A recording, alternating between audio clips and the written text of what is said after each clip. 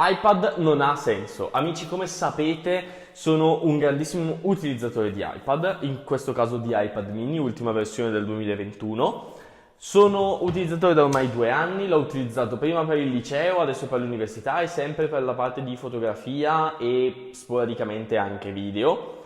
È un bellissimo strumento, però con il rilascio dei nuovi iPad Pro M4, dei nuovi iPad Air e del nuovo iPadOS, secondo me c'è da fare una bella riflessione per capire che senso abbia questo dispositivo per chi fa foto e video come noi, e secondo me, ve lo anticipo già, è veramente poco. Quando pensiamo ad iPad pensiamo a un dispositivo compatto, funzionale, che fa della penna una delle sue feature più importanti. È un bel dispositivo, è una cosa che funziona bene e siamo sempre tentati, quando lo vediamo, di comprarne uno. Però il senso che può avere per fotografi e videomaker è veramente ridotto. Però prima facciamo un piccolo recap. iPad si presenta a oggi, luglio 2024, in 4 configurazioni. iPad base, quindi niente processore M, niente compatibilità con la penna di seconda generazione, però compatibile con penna USB-C o penna di prima generazione, schermo tutto schermo stondato senza tasto né niente.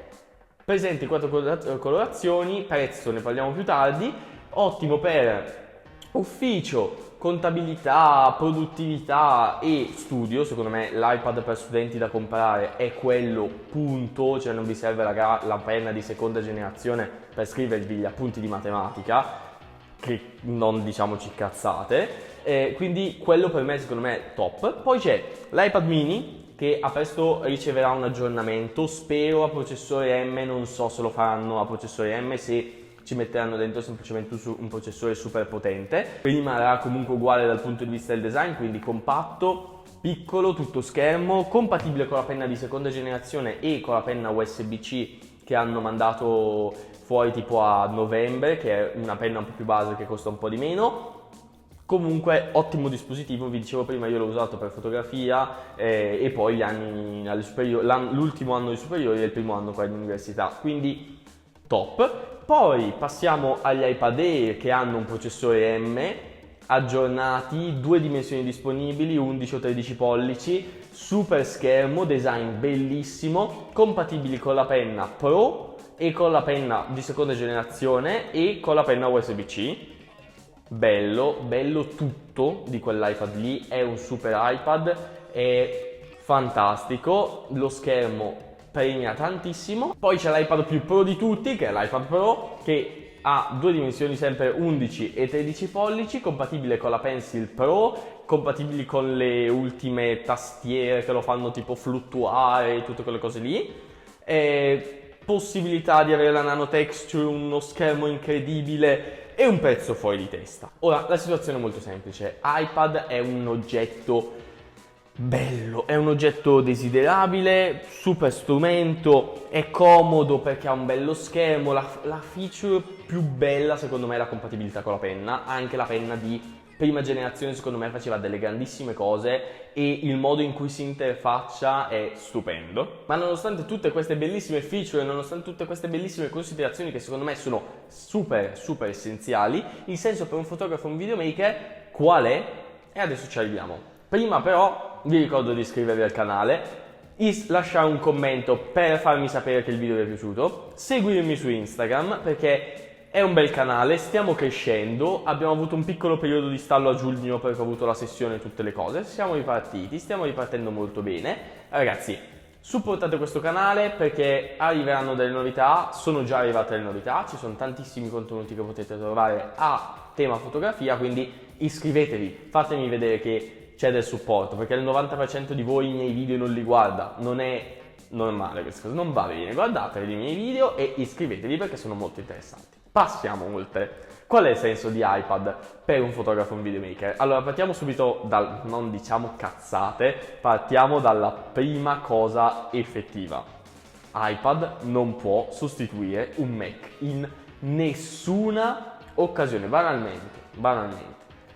Se siete dei fotografi che lavorano con un minimo di organizzazione, quindi la parte di organizzazione dei file è molto importante, iPad è castrato dal punto di vista software perché l'applicazione File è fatta malissimo e sono il primo a dirlo. A me il fatto che Apple non abbia aggiornato l'applicazione File nel nuovo iPadOS è secondo me imbarazzante e io sono arrabbiatissimo per questa cosa perché l'applicazione File veramente, cioè io ho l'iCloud pieno, non ho l'iCloud Plus né niente, il 5 giga base, e dal Mac e dall'iPad ho due visioni completamente diverse di questa cosa qua e lo storage è tutto diverso, quindi il file era da rifare, non l'hanno fatto, vabbè, ok, gliela passiamo, però per questo iPad nella gestione dei file non è ottimale.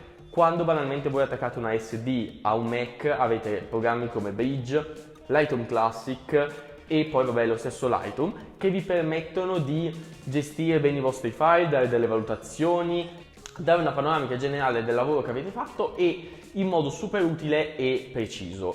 iPad questa cosa non ce l'ha perché non ha applicazioni come Bridge, Lightroom Classic non è disponibile perché c'è solamente Lightroom base e io sono un super utilizzatore di Lightroom Classic, di Lightroom normale mobile perché lo amo per le mie fotografie di street, per le mie fotografie di punta, scatta, fai e ti schiaffo sull'iPad e ti metto sopra un preset e 4 maschere, per me è stupendo, però non ci farei un lavoro, una laurea, non ci farei una serata in discoteca con questa cosa qua, ma non ci farei nemmeno un servizio di ritratti in studio. E qua arriva anche la seconda cosa.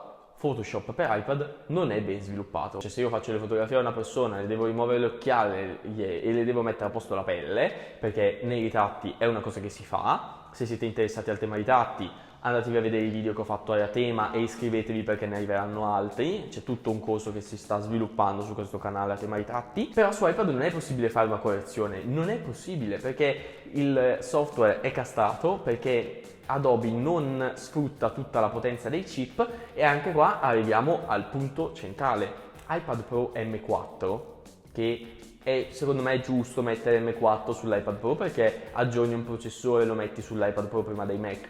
Per me va bene. Il software banalmente non è a passo né con la parte di file management né con lo sfruttamento di questa potenza che gli iPad mettono a disposizione e è tantissima la potenza perché io qua sull'iPad mini, quindi dispositivo piccolo, c'ha già 3 anni, non ha un processore M perché è un processore A15 e con il processore A15 mi regge i file RAW della 7.3 su Lightroom senza nessun problema per ore di editing.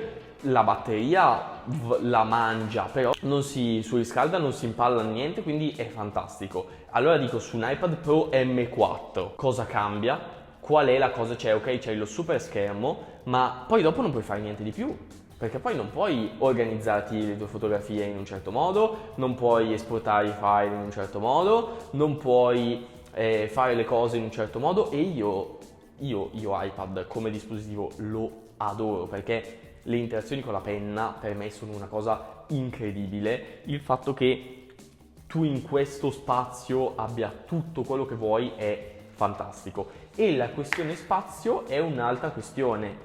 Ora io non utilizzo un MacBook Pro M Pro come quelli che ci sono adesso, che sono un pochino più ingombranti, uso ancora un M1 che quindi è un pochino più piccolino, c'ha un pochino più di cose a livello di design, un pochino più compatto, ok? E qual è la cosa che dico? Un iPad Pro, se io comprassi oggi un iPad Pro, sarebbe più conveniente portarsi in giro un iPad Pro da 12, anche quello da 11 pollici, piuttosto che questo? Se cominciamo a metterci una tastiera su quell'iPad, vi garantisco che iPad più tastiera più penna, lasciando stare il discorso prezzo che ci torneremo più avanti, è un peso, cioè tanto vale portarmi dietro il Mac, che posso fare più cose, posso essere più potente e cioè, è anche un dispositivo più affidabile, no? E questa cosa qua mi fa arrabbiare tanto, veramente tanto, oltre al fatto che, allora, è giusto che iPad costi tanto, il dispositivo iPad Pro è un dispositivo Pro e per gli illustratori, per esempio, è fantastico. Io sto parlando dell'aspetto foto e video da one man band, per persone che lavorano da soli, che cercano un dispositivo compatto che gli impiazzi il Mac, che gli permetta di lasciare il Mac a casa in varie situazioni e secondo me ad oggi iPad non è ancora quel dispositivo.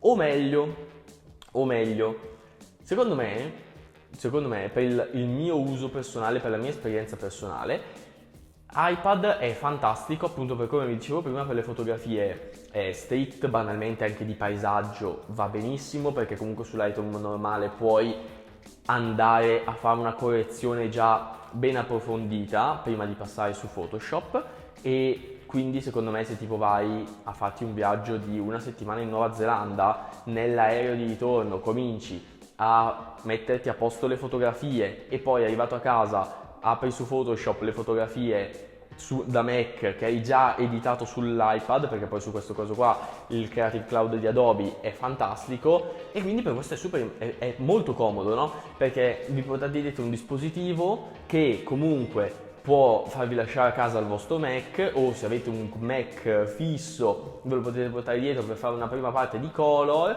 però se vi portate dietro un iPad Air o Pro 11 pollici con attaccata la tastiera e la penna, cavolo, a questo punto fate prima comprarvi un Mac e vi portate, cioè un MacBook Air che più o meno è a livello di potenza per quello che bisogna fare, si è lì e ve lo portate dietro, no? Cioè faccio veramente fatica a trovare un senso a questi dispositivi, a meno che uno a cui invece sarà per cosa mia personale, ma l'iPad mini per andare in giro ve lo piazzate nello zaino, nella borsa, anche nelle tracolle fotografiche è fantastico, quindi ve lo potete mettere dentro se avete una tracolla da 4-6 litri, ci sta benissimo.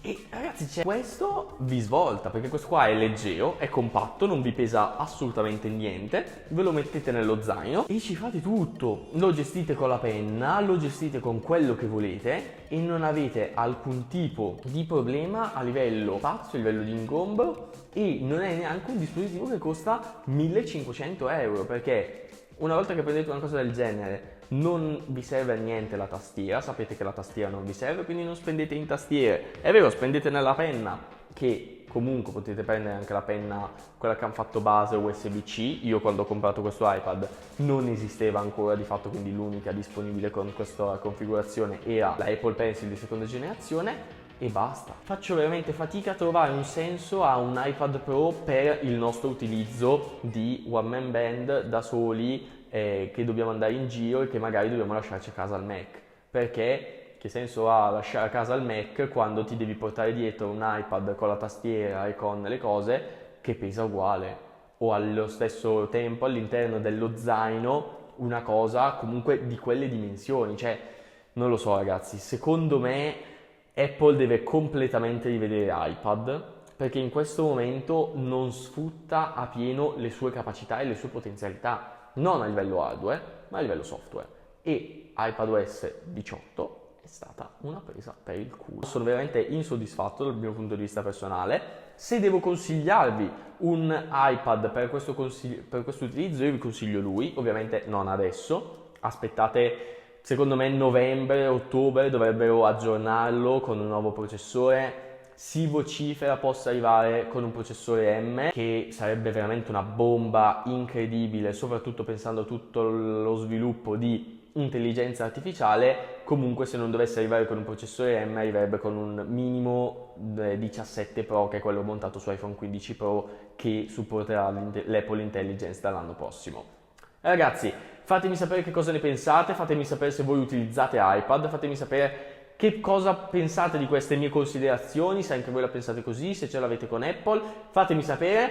Io vi ricordo di iscrivervi al canale se ancora non l'avete fatto, di supportare i miei video con un mi piace, con un commento, di guardarvi le serie che ci sono su questo canale, le stagioni, le cose, perché c'è di tutto a tema fotografia su questo canale. Noi ci vediamo settimana prossima in un prossimo video. Non è vero, ci vediamo tra qualche giorno con un prossimo video, perché questo dovrebbe uscire di martedì, ne dovrebbe uscire un altro di giovedì. 2 video pazzi questa settimana, incredibile. Quindi iscrivetevi, attivate la campanella delle notifiche, che così non ve lo perdete. Ciao a tutti!